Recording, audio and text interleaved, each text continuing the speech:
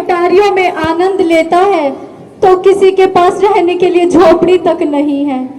कोई हलवा पूरी खाता है तो किसी के पास सूखी रोटी तक के पैसे नहीं हैं।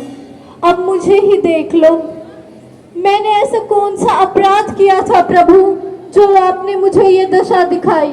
अब क्या करूंगा मैं? घर में बूढ़ी माँ है, छोटा भाई है, कैसे पालूंगा उन्हें? अब तो भीख ही मांगनी पड़ेगी और रास्ता भी क्या है मेरे पास। क्यों नौजवान, क्या नाम है तुम्हारा? आप कौन साहब?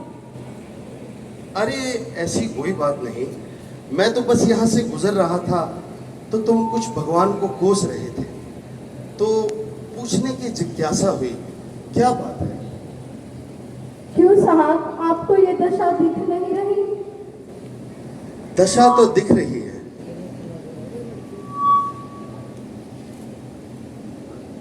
इस दशा के लिए कोस रहे थे भगवान, इस दशा के लिए कह रहे थे कि अरुणिमा सिन्हा का नाम सुना है तुमने? नहीं साहब। यूपी के एक छोटे से गांव से थी, ट्रेन में सफर कर रही थी, बदमाशों ने चेन खींची और ट्रेन से धक्का मार दिया, टांग पटरी के नीचे आ गई, सारी रात पड़ी रही वहां पर। ट्रेनें इधर से उधर, उधर से इधर, इधर से उधर जाती रही, तड़पती रही सारी रात, कोई उठाने वाला नहीं था। फिर सुबह उसे दिल्ली के अस्पताल में भर्ती कराया गया और वहां पर पता लगा उसे मल्टीपल फ्रैक्चर्स हुए हैं। कई दिन तो उसे लगे थे कोमा से बाहर आने, लेकिन जब होश आया तो वो रोई नहीं, वो खुश हुई थी। कहती, भगवान अगर तूने मुझे जिंदा रखा है तो जरूर कुछ ना कुछ इतिहास रचने के लिए अब तो मैं एवरेस्ट चढ़ूंगी। एक नकली टांग के सहारे जब ठीक हो गई, बछेंद्र पाल के पास गई और जाकर के कहती है, एक आपसे मुझे मदद चाहिए। तो उसने सोचा क्या मदद मांगती होगी, कुछ पैसे वैसे मांगती होगी। तो उसने कहा कि मुझे एवरेस्ट चढ़ना है। उसके इस जज्बे को देख करके बछेंद्र पाल बोली, तू इस अवस्था में एवरेस्ट चढ़ने की बात कर रही है? अरे तू तो चढ़ चुकी, बस तारीख पता लगना बाकी है। दशरथ मांझी को जानते? नहीं साहब। बिहार के गरीब से गरीब व्यक्ति, छोटे से गांव से आया हुआ, अपनी बीवी से बहुत प्यार करता था, बीमार हो गई और उसे ले जाना था शहर में अस्पताल, लेकिन समस्या क्या थी, बीच में बहुत बड़ा पहाड़ पड़ता था, एम्बुलेंस की सुविधा नहीं, फोन की सुविधा भी नहीं थी। उठा करके हाथों में चल दिया पहाड़ और चढ़ता रहा, चढ़ता रहा, चढ़ता रहा। बोलता, तुझे अपने बड़े होने पर घमंड है?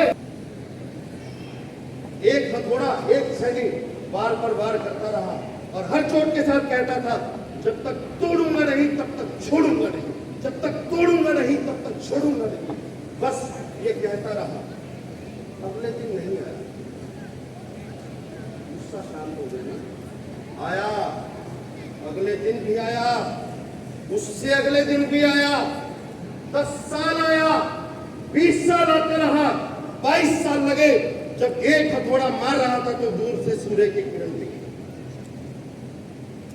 और तब चिल्ला करके कहा, मैं कहता था ना तेरी अकड़ छोड़ दूंगा मैं। तो जिद पालो, एक जिद्दी इंसान ही इतिहास रच सकता है। इतिहास गवाह है, कोई भी इंडिविजुअल हो या कोई भी ऑर्गेनाइजेशन हो, जब तक तुमने जिद नहीं आई तब तक इतिहास नहीं रच सकते। तुम इतिहास रचने के लिए आए हो, अपनी इस हालत को कोसो मत, इसी नकारात्मकता को सकारात्मकता में बदल दो। साहब, मैं भी पढ़ना चाहता हूँ, पर मैं पढ़ूंगा तो कमाऊंगा कैसे? मैं देख रहा था तुम फूलों से कागज बनाते, कागज के से फूल बनाते, तो जिस सिग्नल पर भीख मांगने की सोच रहे थे, उन्हीं कागज को काट काट करके फूल बनाओ, बेचो। वो मैं खरीदता हूँ, 50 रुपए में फूल बेचोगे मुझे? जरूर साहब। साहब मैं भी अब पढ़ूंगा और एक बहुत बड़ा अफसर बनूंगा, एक अच्छा अफसर बनूंगा। ये 2 दिन की लगन की बात नहीं है, मैं पहले बात कर रहा हूँ। पूरा दम चाहिए, जज्बा चाहिए, जुनून चाहिए, तब जाकर के रक्षा पार होता है। और पढ़ा तो मैं तुम्हें दूँ, ना तुम्हें फीस की चिंता है, ना तुम्हें कापी किताबों की चिंता है, मैं पढ़ाता हूँ। चलो आओ, आज से ही शुरू करते हैं। धन्यवाद गुरुजी।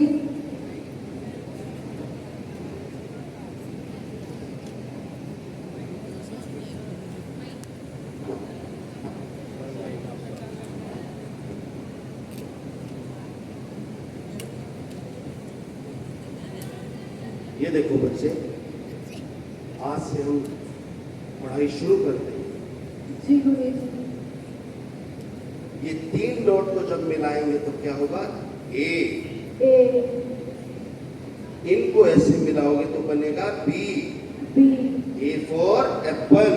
For apple. B for bat. B for bat. C for cat. Cat. ये तुम याद करो, मैं तब तक काम कर गया। जी गुरुजी। और साहब, इस तरह वो राजू मन लगा करके पढ़ता रहा। दिन गुजरते रहे, महीने गुजरते रहे, साल गुजरते रहे, साल दर साल, साल पर साल गुजरता रहा। और राजू अपनी जिद पर अड़ा रहा और वो मास्टर रघुवीर शरण सिंह अपनी जिद पर अड़ा। और राजू अब बड़ी क्लासेस में हो गया था। राजू। जी गुरुजी। लाओ, आज हम ट्रिग्नोमेट्री पढ़ते हैं। जी गुरुजी। पहले ये जान लो ट्रिग्नोमेट्री है क्या। एंगल 90 डिग्री, बस उस ट्रायंगल की संपूर्ण जानकारी ले लेना, उसका पूरा ज्ञान अर्जित कर लेना। ट्रिग्नोमेट्री। और ट्रिग्नोमेट्री शुरू यहां से है। ये ट्रायंगल बनाया, जो एंगल ए है और ये एंगल बी जो 90 डिग्री है ही, और ये एंगल सी, इन सब सम कितना हो? 180 डिग्री।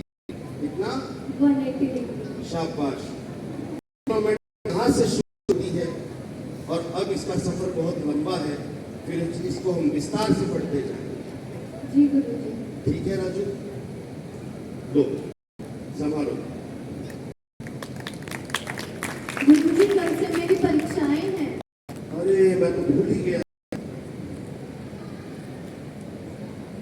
कोई भी कंसेप्ट रट्टा मार करके नहीं पढ़ना, उसके अंदर घुस जाना, उसका ज्ञान ले लेना, उसका निचोड़ निकाल देना, उसके बाद परीक्षा बैठना। ठीक है? जाओ बच्चे, मेरा आशीर्वाद।